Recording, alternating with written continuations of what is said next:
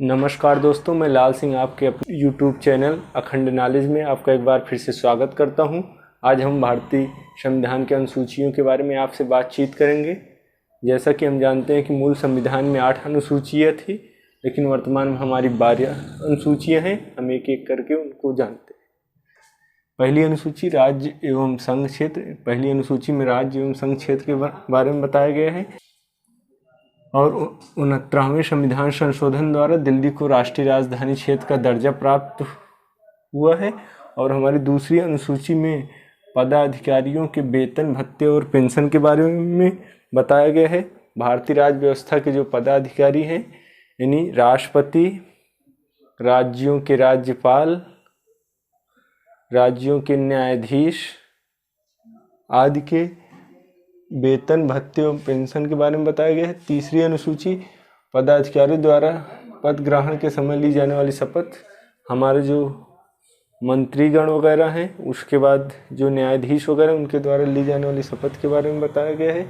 हमारी चौथी अनुसूची है राज्य एवं संघ क्षेत्रों के राज्यसभा में प्रतिनिधि, यानी किस राज्य और किस केंद्र शासित प्रदेश के कितने सदस्य राज्यसभा में होंगे, उसके बारे में बताया गया है। हमारी पांचवी अनुसूची विभिन्न अनुसूचित क्षेत्रों और अनुसूचित जनजातियों, यानी विभिन्न जो अनुसूचित क्षेत्र हैं और जो अनुसूचित जनजातियां हैं, उनके प्रशासन और उनके नियंत्रण के बारे में बताया गया है। हमारी छठवीं अनुसूची है असम, मेघालय, त्रिपुरा और मिजोरम राज्यों के जनजाति क्षेत्रों के बारे में उसमें बताया गया है। यहाँ प्रशासन व्यवस्था और नियंत्रण के बारे में बताया गया है। और हमारी 7वीं अनुसूची है केंद्र व राज्यों के बीच शक्तियों के बंटवारे का उल्लेख है। उसमें 3 सूचियां हैं, संघ सूची, राज्य सूची और समवर्ती सूची। संघ सूची ऐसी सूची जिसके विषय में, यानी जिस संघ सूची पर कानून बनाने का अधिकार केंद्र सरकार को है, और राज्य सूची जो है इसके अंतर्गत कानून बनाने का जो अधिकार है वो राज्य सरकार। समवर्ती सूची कुछ ऐसे विषय हैं जिस पर केंद्र और राज्य सरकार दोनों मिलकर कानून बनाएंगे। हमारे संघ सूची में इस समय 100 विषय हैं और उस समय हमारे 97 विषय हुआ करते थे। और राज्य सूची में इस समय 61 विषय हैं, उस समय 66 विषय हुआ करते थे मूल संविधान में नहीं।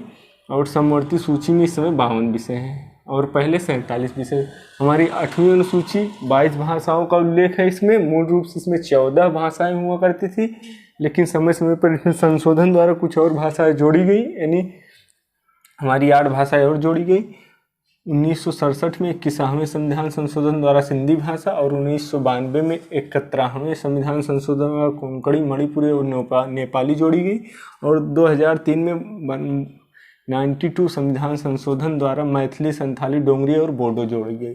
और हमारी जो 9वीं अनुसूची आती है वो प्रथम संविधान संशोधन 1951 द्वारा जोड़ी गई। इसमें राज्य द्वारा संपत्ति अधिग्रहण से संबंधित कानून के बारे में बताया गया है। और जब ये जोड़ी गई तो उस समय यह कहा गया कि राज्य द्वारा जो संपत्ति अधिग्रहण हो गए, जो कानून बनाया गया है, उसकी समीक्षा कोई न्यायालय नहीं कर सकता है, अर्थात कोई न्यायालय इसकी जुडिशियल रिव्यू नहीं कर सकता है। लेकिन बाद में सुप्रीम कोर्ट की संवैधानिक खंडपीठ ने ये कहा कि हम मौलिक अधिकारों के हनन को लेकर हम इसका जुडिशियल रिव्यू, यदि मौलिक अधिकारों का हनन होता है तो हम इसका जुडिशियल रिव्यू यानी न्यायिक समीक्षा कर सकते हैं। 10वीं अनुसूची 52वें संविधान संशोधन 1985 द्वारा जोड़ा गया। इसमें दल बदल से संबंधित कानून है, अर्थात कोई नेता किसी एक पार्टी को छोड़कर दूसरे पार्टी को जाता है और कोई दूसरे पार्टी का किसी अन्य पार्टी में आता है तो क्या वो क्राइटेरिया को फॉलो कर रहा है कि नहीं, उसके बारे में बताया गया है। और हमारी जो 11वीं अनुसूची है वो 73वें संविधान संशोधन 1993 द्वारा लाई गई और उसमें पंचायती राज व्यवस्था के बारे में बताया गया है। इनमें हमारा 29 विषय है। और फिर 12वीं अनुसूची शहरी क्षेत्र के स्थानीय स्वशासन के बारे में बताया गया। इसे 74वें संविधान संशोधन 1993 द्वारा जोड़ा गया। उसमें कुल मिला के 18 विषय हैं। तो एक बार हम सभी 12वीं अनुसूचियों को 1 बाय 1 करके रिवाइज करते हैं।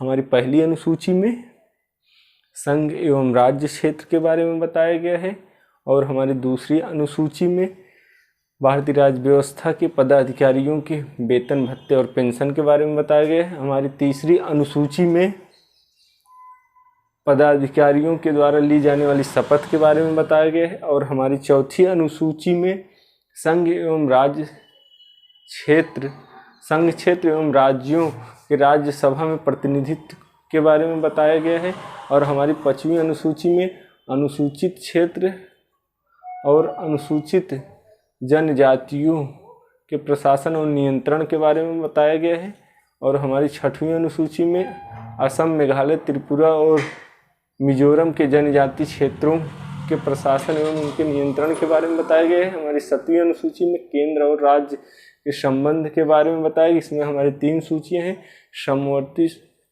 सूची, राज्य सूची और संघ सूची। उसके बाद हमारी आती है 8वीं अनुसूची। 8वीं अनुसूची में 22 भाषाओं का उल्लेख है, जो मूल संविधान में 14 भाषाएं हुआ करती थी। और हमारी 9वीं